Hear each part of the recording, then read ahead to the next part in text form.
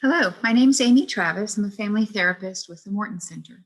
And today we're going to be taking a look at the impact of substance abuse and recovery on well-being.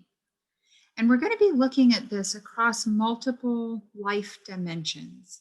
So we're going to start with the physical dimension.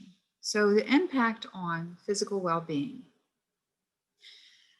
One of the places that substances really impact the body is in the increased inflammation. Some of this comes about by increased production of something called cortisol that creates more inflammation throughout the whole body and potentially can lead to decreased immune response,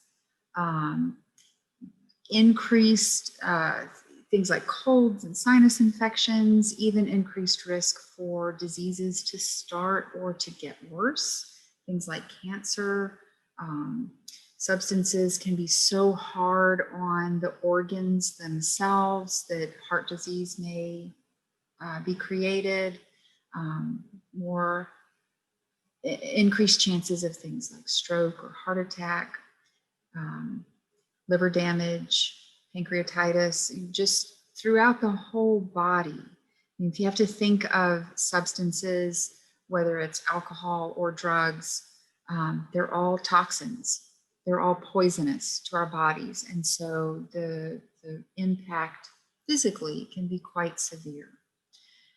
In the brain, there can be neurological damage. There can be a loss of balance, tremors that begin, muscle weakness, nerve pain, numbness and tingling. There can be ongoing stomach issues and intestinal issues, from constipation to diarrhea and nausea.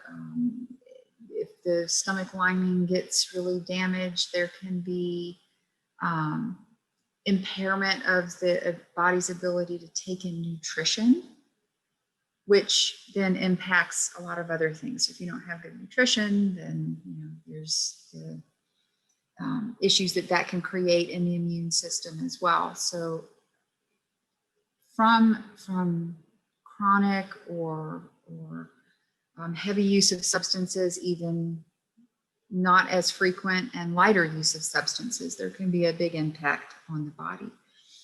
Something that's not here that also has a big impact physically and emotionally and psychological is sleep. So substances can impair not just the ability to get to sleep or stay asleep, but the quality of sleep. So both the quantity and the quality. And part of the issues with quality of sleep is if we don't get into certain parts of the sleep cycle, then we don't get to the part of sleep that is restorative. And so that also factors in with the immune system and cortisol levels, and all of these things kind of interact with each other in a way that can really put a person in really tough physical state. Impact on psychological well-being is equally as big. Substances can really impair the ability to record memories and even recall memories that are already there. Denial can become very thick and kind of a defense or a barrier to healthy change and to recognition of a problem. Cognitive impairment may happen in where it becomes difficult to make healthy, logical decisions. For some people, that can heal. But for others, that becomes more of a problem because the substance use has been so severe for so long that cognitive impairment maybe becomes more long-standing. Concentration can be affected. Focus, the ability to attend to one thing, that can be compromised. So you can think about how that would affect things like working and child rearing and attention to basic daily needs. You know, if I can't focus on one thing for very long and I'm constantly kind of shifting my attention, then I may not be able to really even take care of myself all that well. Confusion, not being able to really, kind of always feeling cloudy, like your head's kind of always foggy. And all of this can lead to some real challenges and maybe even barriers to being able to do some, what many people consider kind of basic life processes, like being able to manage finances, or being able to stick to a routine, or being able to show up to things on time, or return phone calls. Like all of these things that might seem like they would be very easy to follow through on may become very challenging. Impact to emotional well-being. And before I start with this one, I want you to just think, everything that we're talking about, all these different dimensions, they all interact with each other. So if we go back to the physical well-being for a second, and we think about that sleep part, think about the times when you haven't gotten enough sleep and the impact on your ability to think clearly and what it does to your mood. Think about times when maybe you feel stressed and overwhelmed by the amount of things that you have to do in your day. And what does that do to your sleep the night before if you're worrying about things, and then that night itself if you're exhausted. So, you know, all of this kind of intersects with each other, and it can all have a big impact on mood stability. Substances can really make us a lot more emotionally reactive.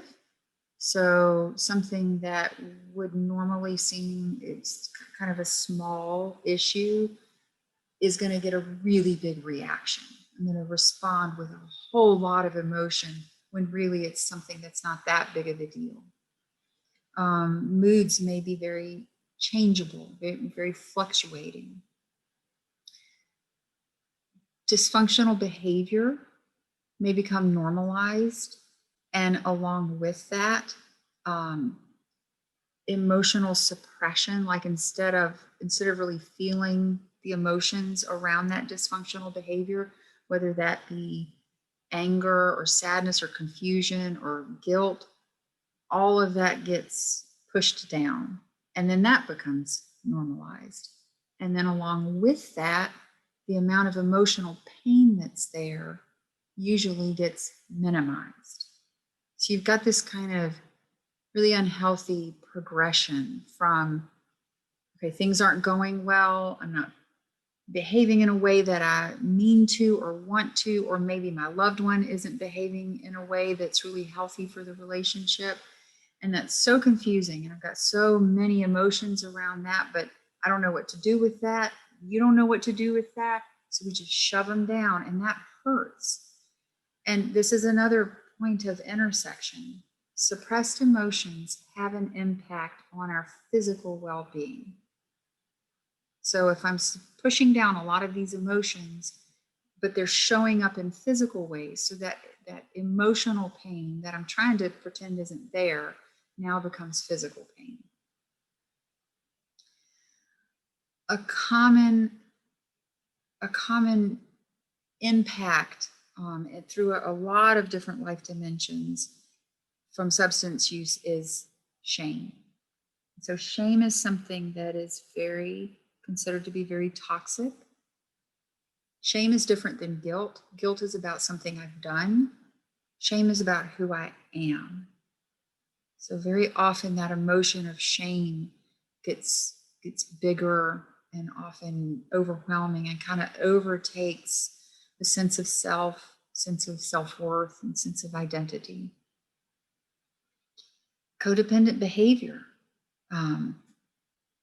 can develop, and that has a huge impact emotionally and psychologically for both the codependent person and for everybody else in the family system. And We have a whole nother presentation on codependency, so I hope you'll check that out.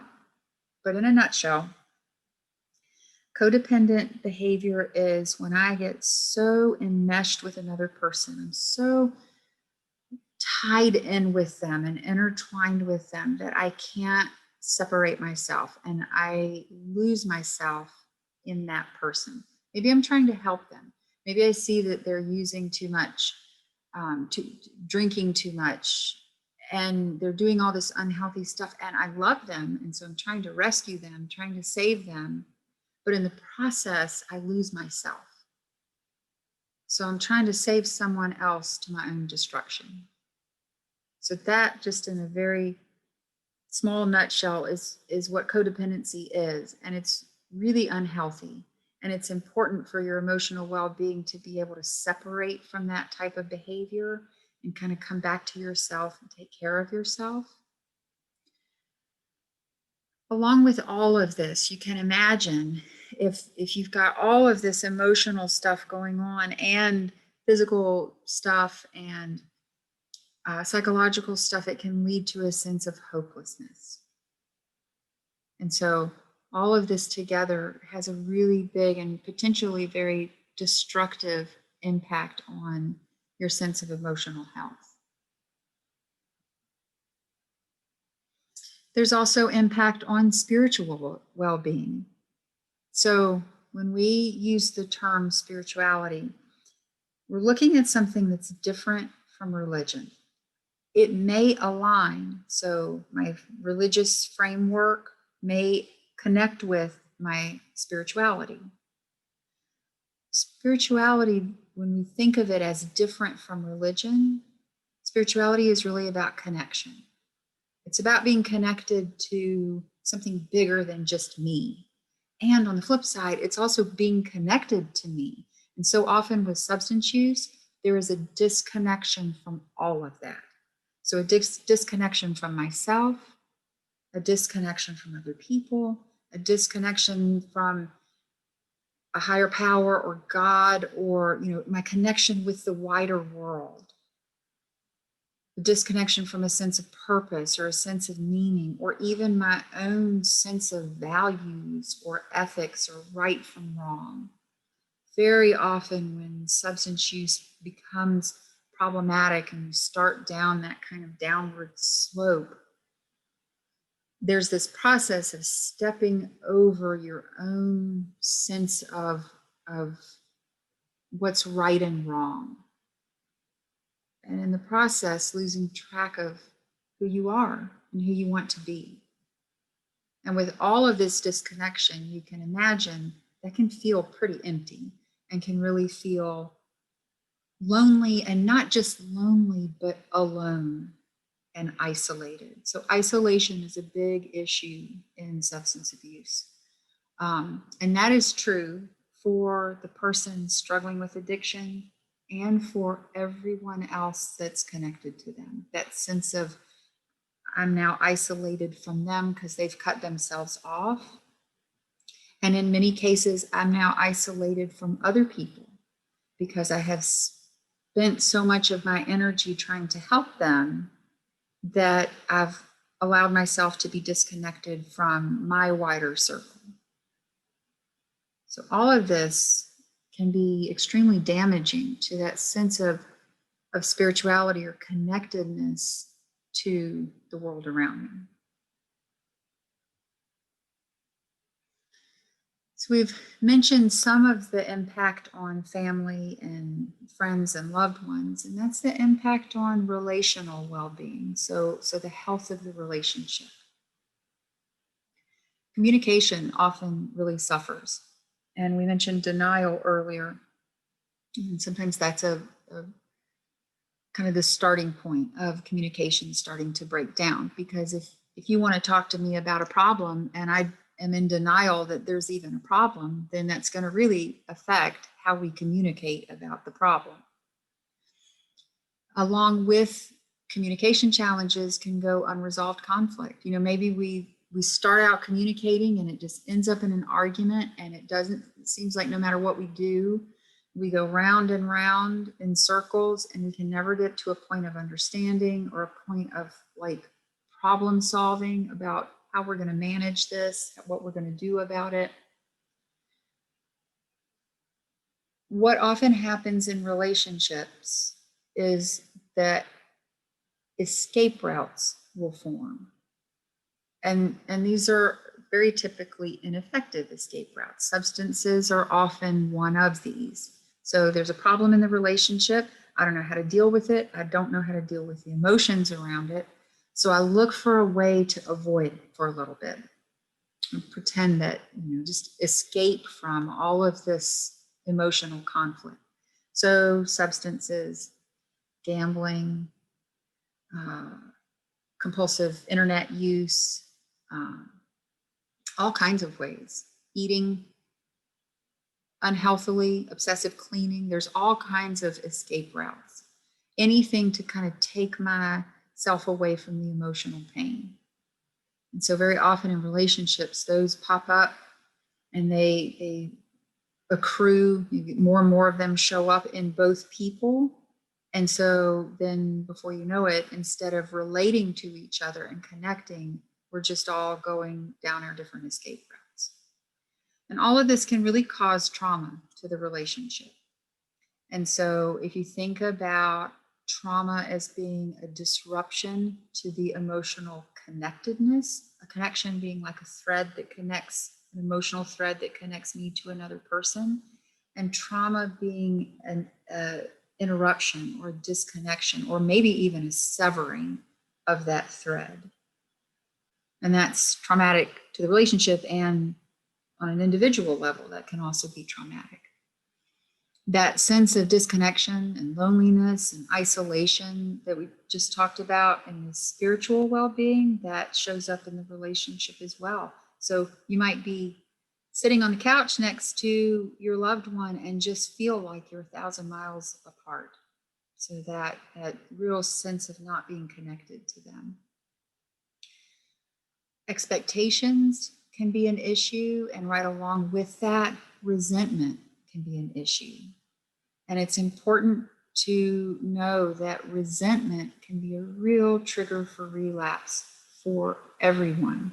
So for the addicted person, that would be a relapse on substances, or other old addiction-related behaviors. And for family, it's a relapse on their old behaviors. So, if you wanted to make sure that you were not enabling your loved one anymore, then a relapse would be going back to that old enabling behavior. Along with all of this, sometimes there is a lot of lying and manipulative behavior. Sometimes this becomes a big loop. There's a communication issue, conflict arises. That feels scary and uncomfortable. So I start to go down an escape route, and then I got to cover that. I've got to cover the fact that I've just done something I didn't really want or mean to do. So now I have to lie about it. And then with the lying comes the shame, because I know that I was not honest. And then the shame feels so bad that now I've got to somehow get away from that. So maybe I go down the escape route again. And then I don't want to be honest about that, so I'll lie about that, and then the shame gets even deeper. And you can see how it just becomes this kind of endless loop of really unhealthy stuff. And so we'll look for a little bit about the impact across generations. That's one of the things with substance abuse, is that it does not just affect the individual. And it also doesn't just affect the individual and their immediate circle. This can be felt generation after generation after generation.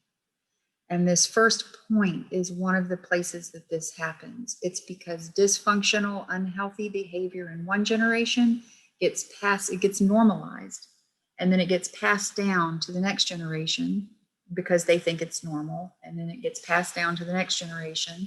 It's just part of what we do in this family.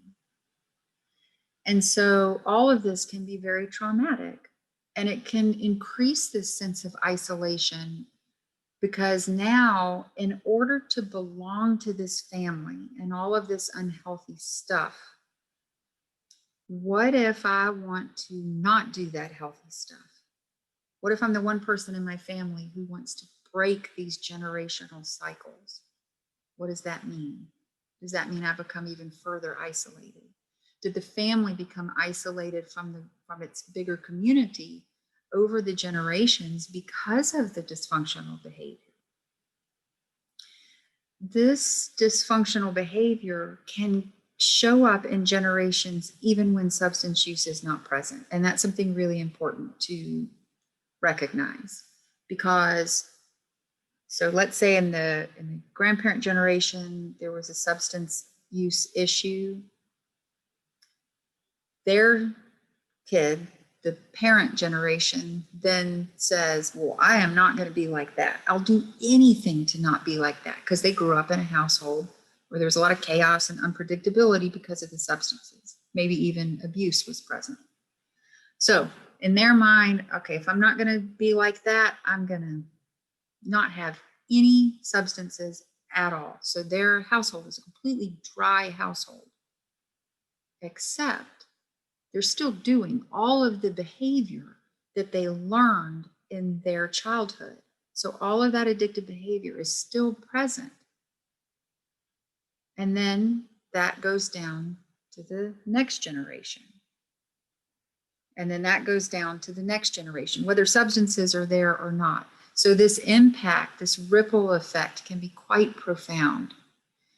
And one of the ways that that can show up generationally is in real challenges, feeling like you can trust healthy relationships or even form healthy relationships.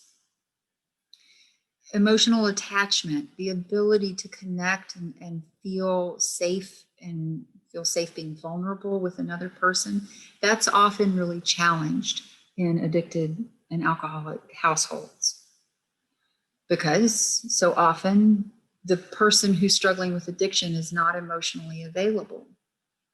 And so if I can sense that I can't reliably go to this person for emotional connection, and that's what I learn, then when I grow up and it's time to have adult relationships, whether that's friends, coworkers, partners, whatever the relationship is, it's going to be harder to trust that that can be a healthy thing.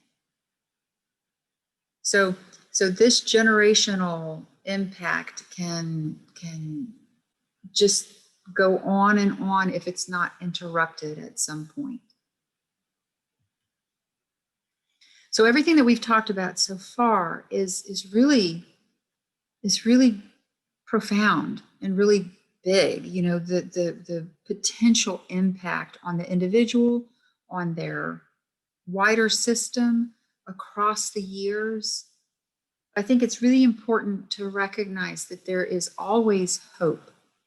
In each one of these dimensions, there is hope for recovery and for healing.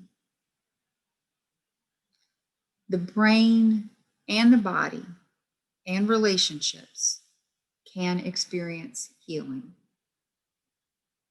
In many cases, the functioning of whatever the physical functioning, the emotional functioning can come back to where the individual was prior to use becoming problematic, and in some cases better. You know, for many people who started using very young, who never really knew what it was like as a young adult or an adult to have a clear head, then in recovery, you get that opportunity. You get that opportunity to function better than you ever have before. With relationships, healing can occur. Sometimes it can't. And sometimes the healing that comes is in the recognition that this relationship really needs to come to an end. It's become so painful and so damaged that for everybody's health and well-being, we need to separate in a healthy way. but that still can be part of the healing process. So let's look now at how healing can look in all of these dimensions that we've talked about. So recovery, the impact of recovery on physical well-being, there can be healing throughout your whole body, throughout all the systems. Your immune system can function better, which means less likely to get sick. Disease processes that are there may improve.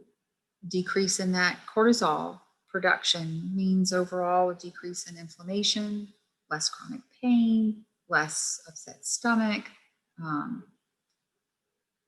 Arthritis issues might feel better because there's not so much inflammation. Nerves might have a chance to do some healing so that balance and mobility gets better. And as those get better, there's maybe the increased ability to actually go for a walk, exercise, participate in things that you really want to do. And along with that, then that can help improve mood. So we know that things like walking and exercising helps to regulate mood and decrease depression symptoms. So again, we're seeing this link in a positive and healthy way between these different life dimensions, between the physical and the emotional and the psychological. So some more improvement in the psychological dimension, memory can improve. The ability to think logically and make solid, healthy decisions can improve.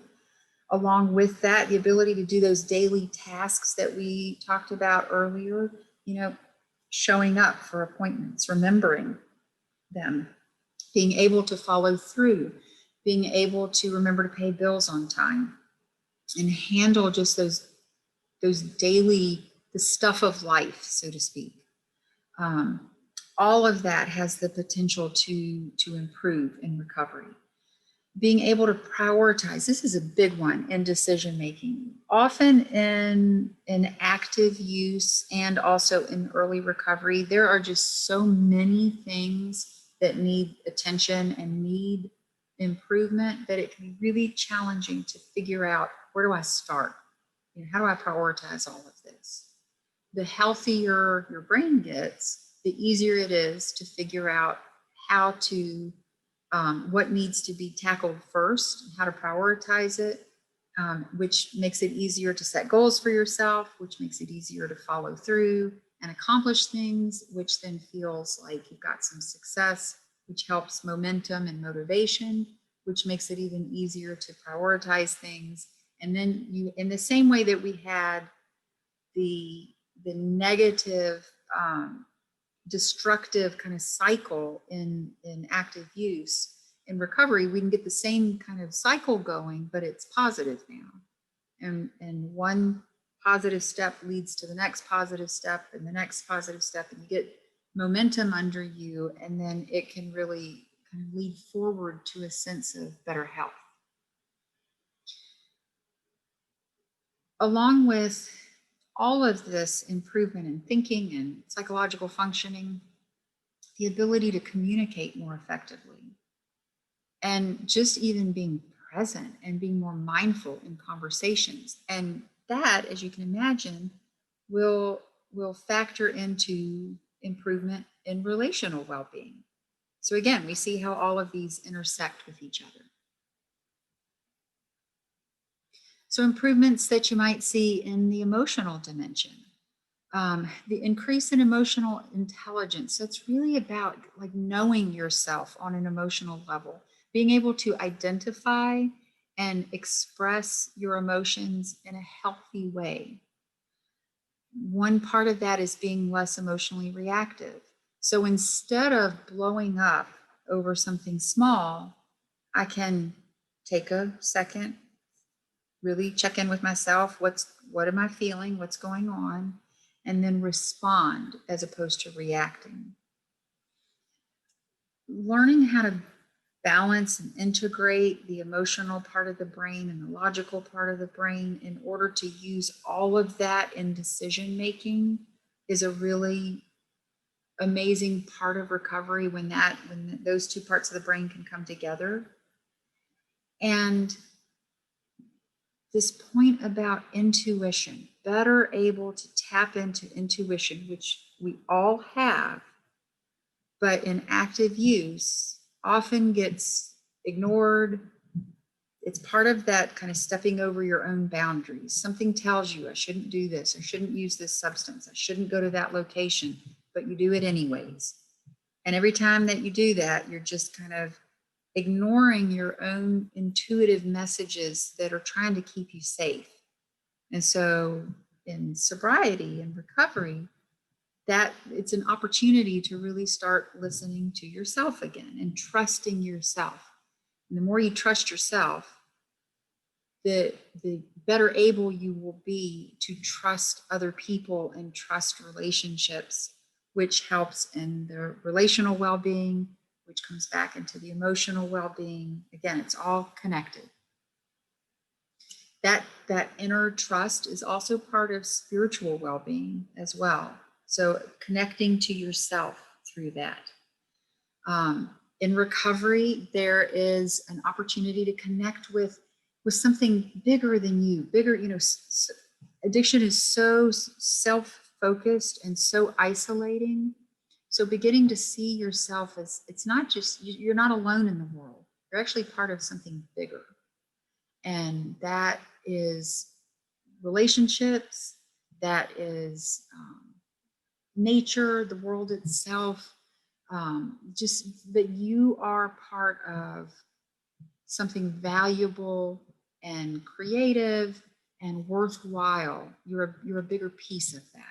And all of that can come into being able to kind of find a purpose in life. You're not just going through day after day a slave to this substance, but instead having a real purpose in all of your intentions and actions, and that in itself can be very motivating. It's an opportunity to reconnect with all of those ethics and value system, and throughout all of this, developing a more mindful connection to your life.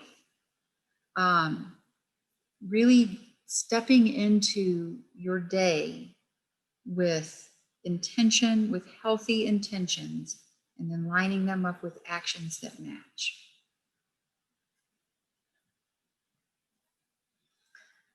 So throughout all of this, we've talked a little bit about how improvement in these different dimensions can also ultimately improve relationships.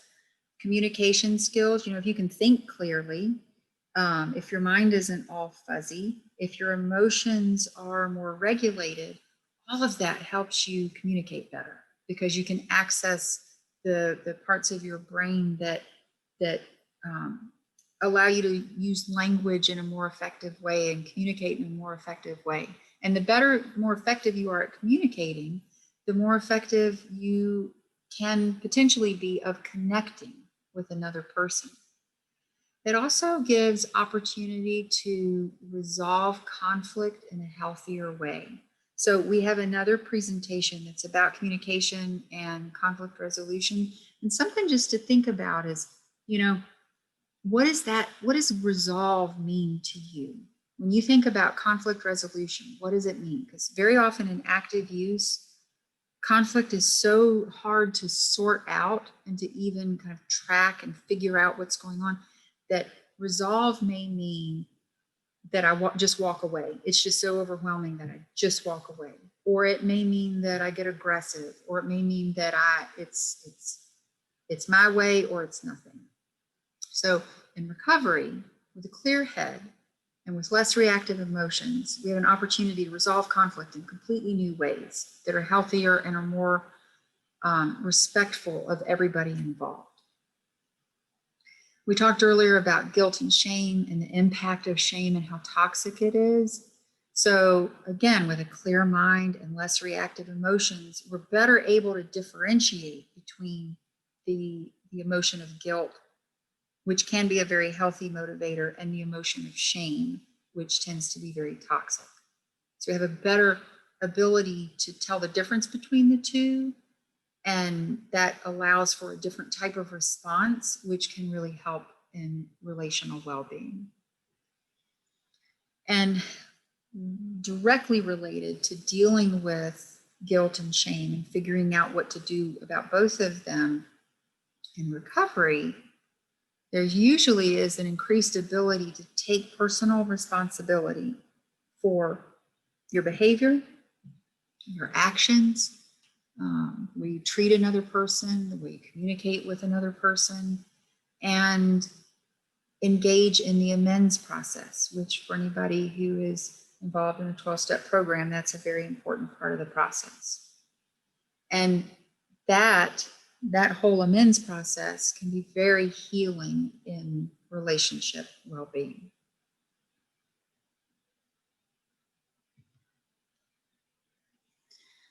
So across the generations, the impact of recovery can be felt as we start to interrupt these long-held patterns, these long-held behavioral patterns that, like we said earlier, get passed from one generation to another, even if substance use is not present in that generation. So it's an opportunity for healing and for forgiveness. And that healing can be on an individual level, on a couple partner level, on the wider family, even with ancestors that are no longer with us. It's the looking back and understanding as best we can, without judgment, without shame, just understanding, okay, this is what happened. This is the impact on me. This is how I move forward. And it really does offer the opportunity to create something different in the moment, in the now, and for future generations. It allows a redirection of how we're going to do things. So it's a pretty amazing opportunity to create something new. And so that's my hope for anyone listening, that you will take this information and out of it may come motivation to create something new for yourself. If you are the one struggling with substance use, that you will know that you're worth everything in the second half of this presentation. All of the potentially healing parts of recovery, that you are worth that. And I hope that you will get that for yourself. And if you are listening to this as a loved one supporting someone who is struggling with substance use, I hope that you will know that you're worth everything in the second half of this presentation as well. And that all of this healing is possible. And I hope that you will find your way to a path that can provide this healing for you. If you would like more information, please call the Morton Center. We have a group for family and loved ones called Concerned Persons. It meets every Tuesday. There's information for it on our website, which is themortoncenter.org. And we can, if you call the main number, which is 502-451-1221, you can get more information there as well about Concerned Persons, and also about all of our programming that's there for all people involved, families, and if you happen to be struggling with substance use yourself. So thank you for listening, and I wish you a healing journey.